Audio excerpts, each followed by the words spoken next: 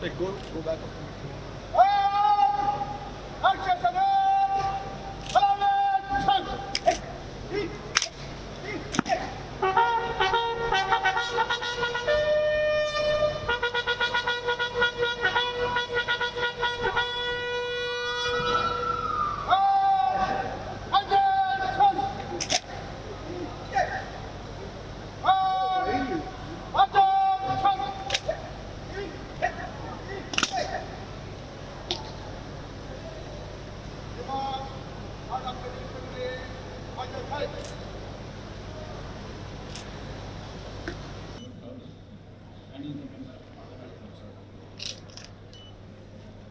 Yes, sir.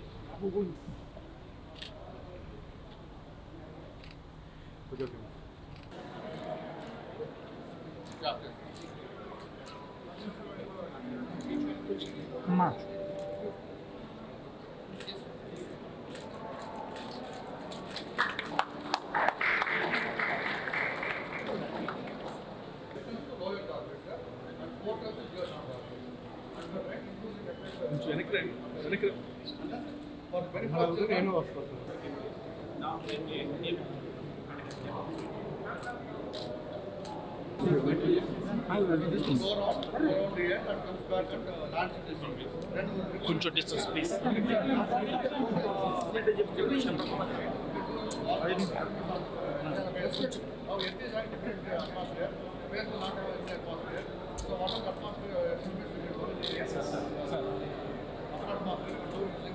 Sir, phone.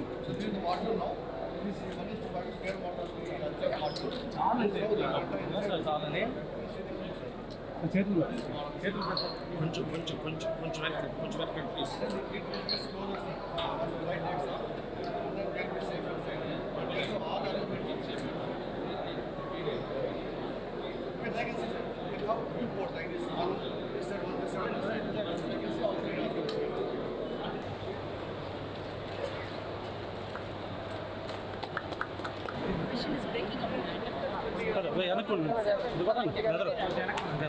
Weather కొంచెం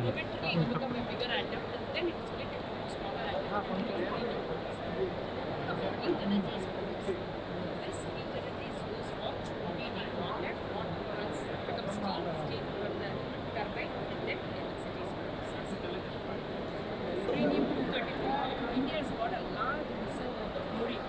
That thorium is converted into nuclear and ultimately contaminating nuclear bomb. So this need of even awesome as a natural life so the air will cool and this reactor will not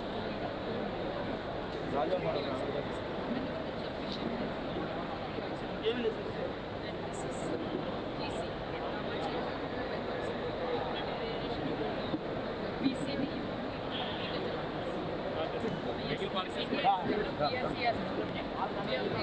In the plant to Professor Umesh Wagmari, sir, President, Indian Academy of Sciences. Organized by the Indian Space Research Organization and Department of Atomic Energy. An exhibition which will give an opportunity to know about the developments in Indian space missions and nuclear technology, and to ignite a culture of innovation and build a university that is globally connected, nationally relevant, and regionally transformative. In high quality Q1 journals. We also do realize the importance of education and research for self-reliance and are geared up to fulfill the dream of Government of India, that is Atmanirbhar Bharat, to become more efficient, competitive and resilient. I thank our Pro-Chancellor and Pro-Vice Chancellor in bringing the Science and Technology exhibition to our campus.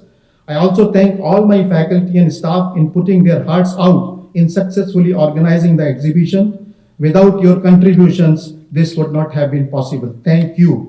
महामहिम आंध्र प्रदेश के Rajpal Sri Biswabhusan Harichandan ji, visionary educationist and Pro-Chancellor of SRM University, Dr. Satyanarayan, our beloved Vice Chancellor, Professor Manoj K. Arora, President of the prestigious Indian Academy of Sciences, Bangalore, Professor Umesh Wagmare, Special Chief Secretary to the Honorable Governor, Mr. Sisodia, Dr. Pola Bhaskar, Commissioner, Collegiate Education, the District Collector, Mr. Venugopal Reddy, our Registrar, Dr. Prem Kumar, new technologies in the domains of advanced materials and nanotechnology, artificial intelligence and machine learning, virtual reality, augmented virtual reality, quantum computing, digital technologies, blue technology, blue energy, healthcare and pharmaceuticals, electric vehicles, fuel cell based cars, buses, trains, aircrafts and submarines, etc. will be the key drivers of growth. During the last 3 years, Government of India has launched several major programs such as National Hydrogen Mission, Deep Ocean Mission, National Supercomputing Mission, Quantum Computing Mission, Semiconductor and Display Manufacturing in a big way, data localization and many more. With all these technological advances, India of the next 25 years will be very different from what it is. You the youngsters, I repeat, with all these technological advances, India of the next 25 years will be very different from what it is. In the same college, they launched the clubhouse, and now he is helping Mr. Elon Musk to reach the Twitter, and he has been in touch with our faculty members, especially our HOD, and he is planning to come in this December. If at all that happens, I'd be happy to have the SRM University students from AP also to join the occasion. The reason for me to tell this thing is that, so India is not behind, the Indian students are not behind, Indian brain is not behind, and in fact we are far ahead in all these areas. As a university, we feel that we are obliged and we are very much obligated to do our 2 cents for this society and for the local population. Social responsibility, there is something called campus social responsibility, and we are very serious about that. Honorable Governor, Shri Biswabhusan Harichandan ji, other dignitaries on the dais, colleagues and young friends in the audience, I am delighted to represent here the Indian Academy of Sciences, Bangalore, which was founded by Sir C.V. Raman in 1934. We are really happy that we have our 88th annual meeting being hosted at SRM University in the next 3 days, which will bring glimpses of exciting science and research of contemporary interest, such as energy problem, flooding, and many other aspects of society will be presented in the next 3 days. And I welcome you all to attend to some parts of this meeting as you may be interested in. I'll stop soon by thanking SRM University for this innovative idea to have these exhibits on campus, along with the annual meeting of Indian Academy of Sciences, which augments our mission to reach out to the society and particularly the young students in this region of Andhra Pradesh. Wish you all a great time at the exhibitions. Thank you. With immense pleasure and pride, I would now like to welcome Governor of Andhra Pradesh, His Excellency, Shri Biswabhusan Harichandan ji, to address the gathering.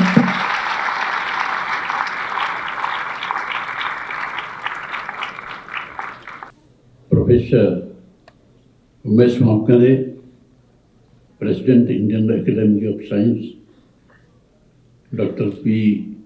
Satyanarayan, Pro-Chancellor, SRM University, Professor Manoj Arora, Vice Chancellor, ISRO University, Professor D. Narayana Rao, Pro Vice Chancellor, ISRO University, Dr. R. Prem Kumar, Registrar, SRM University, R.P. Sisodia, Special Chief Secretary, Sri Pola Bhaskar, Commissioner, Collegiate Education, Andhra Pradesh, Sri Venugopal Reddy, Collector,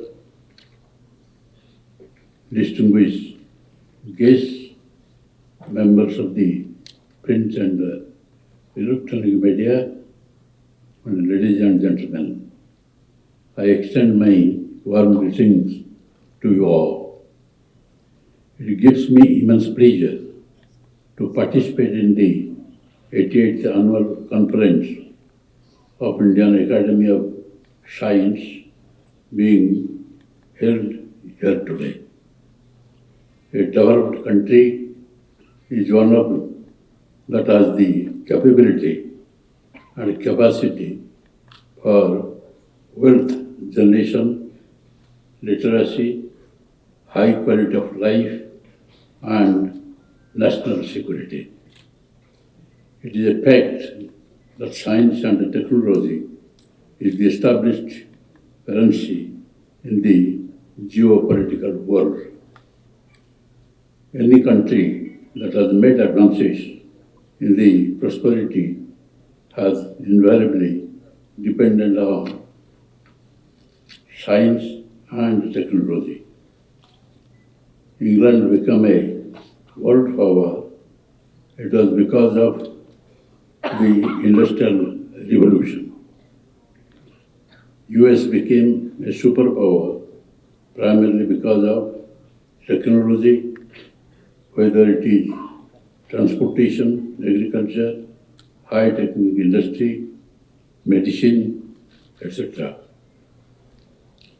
Science and technology is all about innovation, discovery, and research.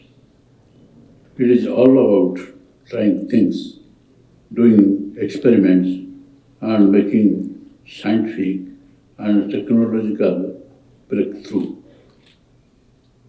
It is about not only doing things that nobody else has done ever before, but also improving the quality of life by such advancements in science and technology.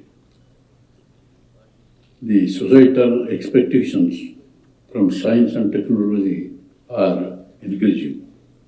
Thus, the scientific community has the responsibility to keep up with these expectations. I hope you will all agree with me on the need to make Indian science and technology more vibrant. The world today is looking at India with the admiration and expectation that we will contribute to solving global issues plaguing mankind, such as clean energy, water remediation, clean environment, and sustainable growth. This is certainly within our reach. Our research has to be comprehensible to very best in the world in all disciplines ranging from basic sciences, engineering to humanities. In this regard, I am remembered of the quotation of Louis Pasteur, who said, "Science knows no country because knowledge belongs to humanity and the touch which illuminates the entire world." In the inaugural address of the Indian Science Congress held at Bangalore in January 2020, our Honorable Prime Minister Shri Narendra Modi ji emphatically mentioned that the we should innovate, patent, produce, and prosper. Our Honorable Prime Minister firmly believes that our future will be secured and our global leadership will sustain only when we produce the next generation of world-class scientists, technologists, and innovators. The Government of India emphasizes that education plays a pivotal role in human resources development and the nation's economy. Thus, the National Education Policy 2020 lays the foundation for New India of the 21st century. India of the next 75 years will be very different from what it is now. Hence, the students' knowledge base must be flexible to cope with the 21st century jobs. The National Education Policy 2020 will make India knowledgeable superpower. The health sector in India is the cusp of revolution encompassing artificial intelligence, machine learning, robotics, telehealth, and indigenous development, new medical equipment and devices. Our response to the COVID-19 pandemic has taught us that by coming out of our shows and working collectively, we can make exponential progress. COVID-19 pandemic forced us to realize that instead of depending on imports, developing indigenous technology and manufacturing base should be the national priority. Thus, the Government of India is strongly encouraging Atmanirbhar Bharat Abhiyan, that is, the self-reliant India. COVID-19 pandemic provided us a good opportunity to realize digital India in several sectors such as health, education, development of digital applications, business, etc. The COVID-19 pandemic created an opportunity for societies to reimagine and press the reset button. The clean energy revolution India has committed to achieve net zero by 2070. This is a highly ambitious target. This means we need to doing something beyond our conventional ways to achieve this milestone. India has set itself a target of 140 to 150 GW of wind energy by 2030. To bridge the gap between the current and targeted capacity, we as a country have taken several steps to encourage wind energy.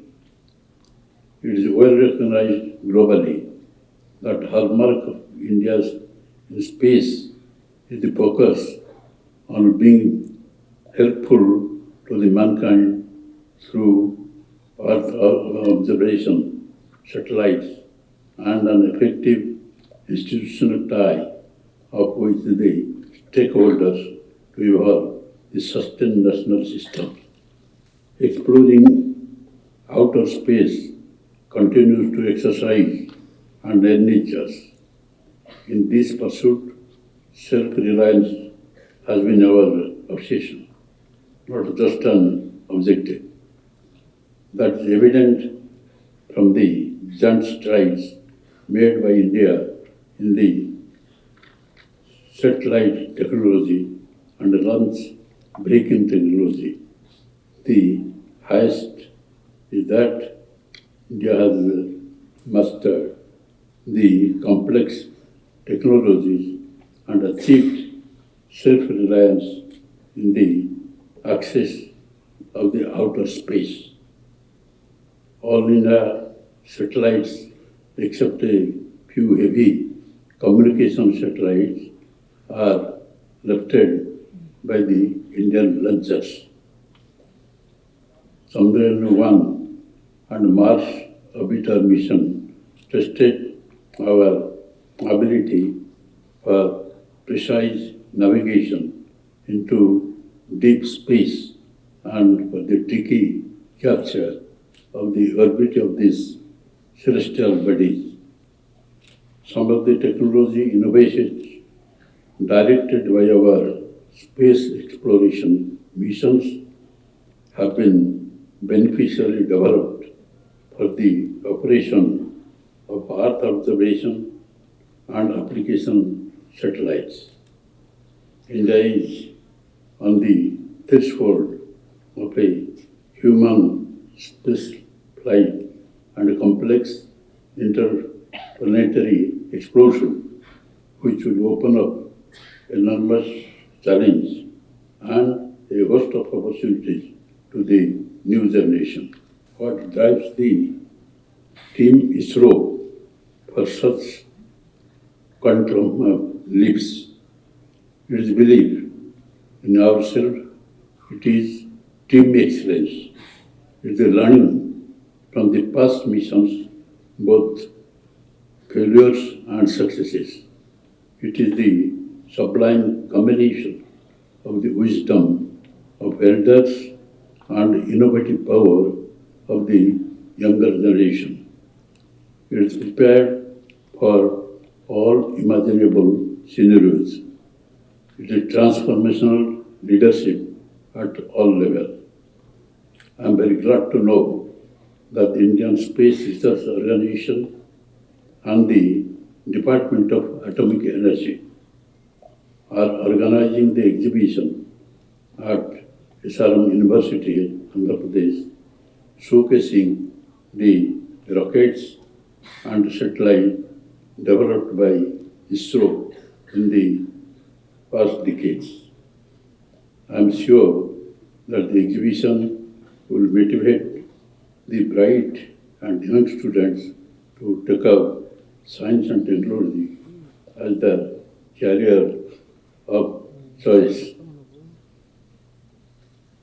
After moving through this exhibition, I also myself felt excited, and the development which has been made by the country has also explained to me. In this context, I'd like to tell you what our Honorable Prime Minister Narendra Modi wants. He wants Atmanirbhar Bharat, on which we are marching ahead. There was a time when Dulles, the Secretary of State, America, had ridiculed India, saying that India is claiming that it will be a neutral country. A weak country like India cannot be a neutral country. It is one of the powerful countries of the world. They can remain neutral. We can remain neutral, not India. It is bound to join this bloc or that bloc, either the American bloc or the Russian bloc. I am still remembering how he ridiculed us. He ridiculed our neutral policy. But the situation has completely changed. We have marched ahead in the field of science and technology. And therefore, I like to refer to the war with Pakistan when Shastriji, the then Prime Minister, had given a call Jai Jawan, Jai Kisan.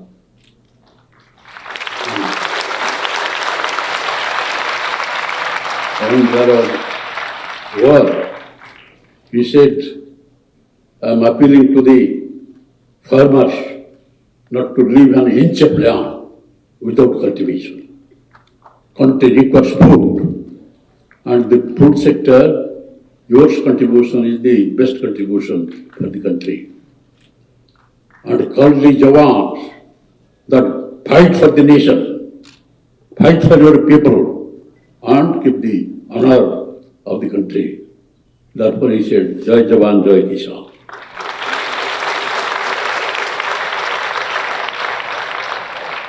And thereafter, when Mr. Atal Bihari Vajpayee came as the Prime Minister, in 1998, he made atomic test at Pokhran on 11th May. All the big powers of the world pounced upon Vajpayee and said that you have absolutely no right to make any atomic test. You cannot. Atal Bihari Vajpayee did not say anything. And 2 days thereafter, on 13th, he made another 3 atomic tests and said that India has become an atomic power. We don't bother for the warning of the so-called the big powers of the world. But I can assure you that India will not attack any other country. But in case any country ventures to attack India, then India is prepared for it. There was economic sanction. He didn't care for it. He said, we'll stand on our own foot. We don't bother that by this threat, by this economic sanction, India will be afraid of you and will surrender. It will never happen. Its banner will remain high as it is. After that, you say that all the big powers then just came forward and talked to Atal Bihari Vajpayee. And after 6 months, this economic sanction has been lifted. And the President of America first invited Atal Bihari Vajpayee to America and declared there that no problems of the world now cannot be solved without Bharat, without such a great leader like Atal Bihari Vajpayee.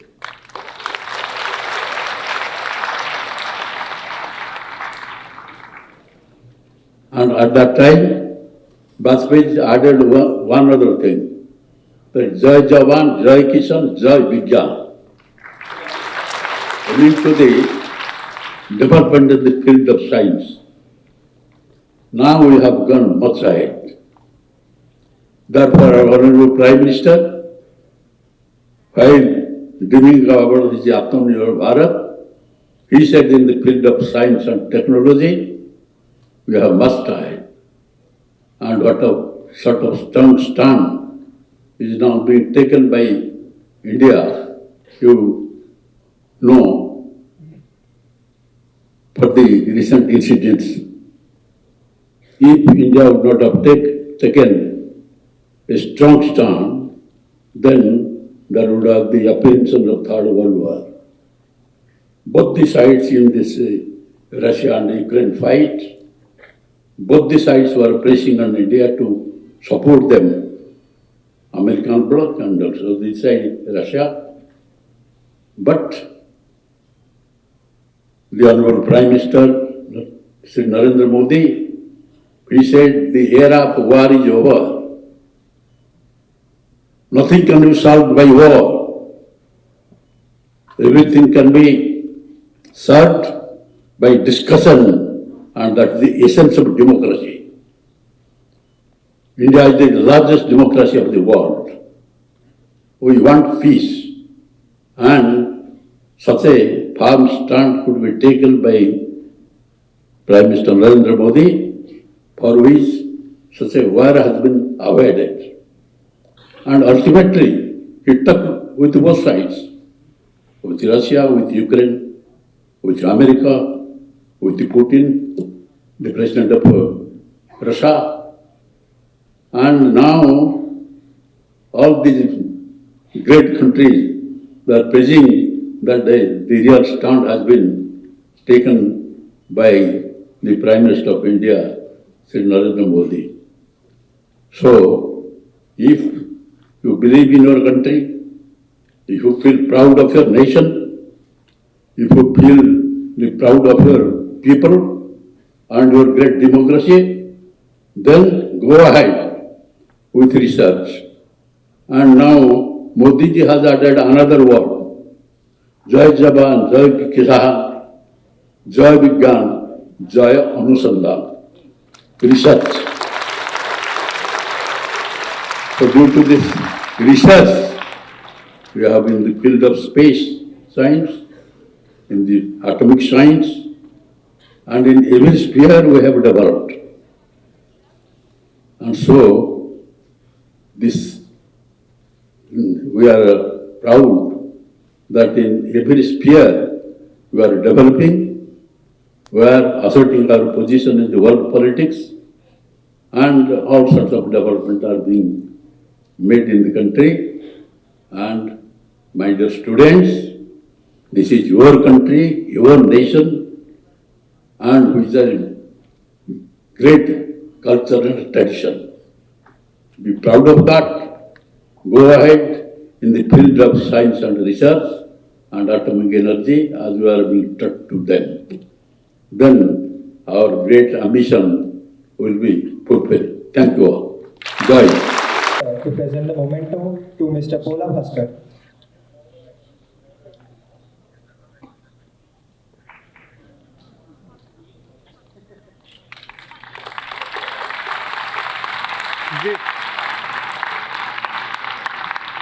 Vijay.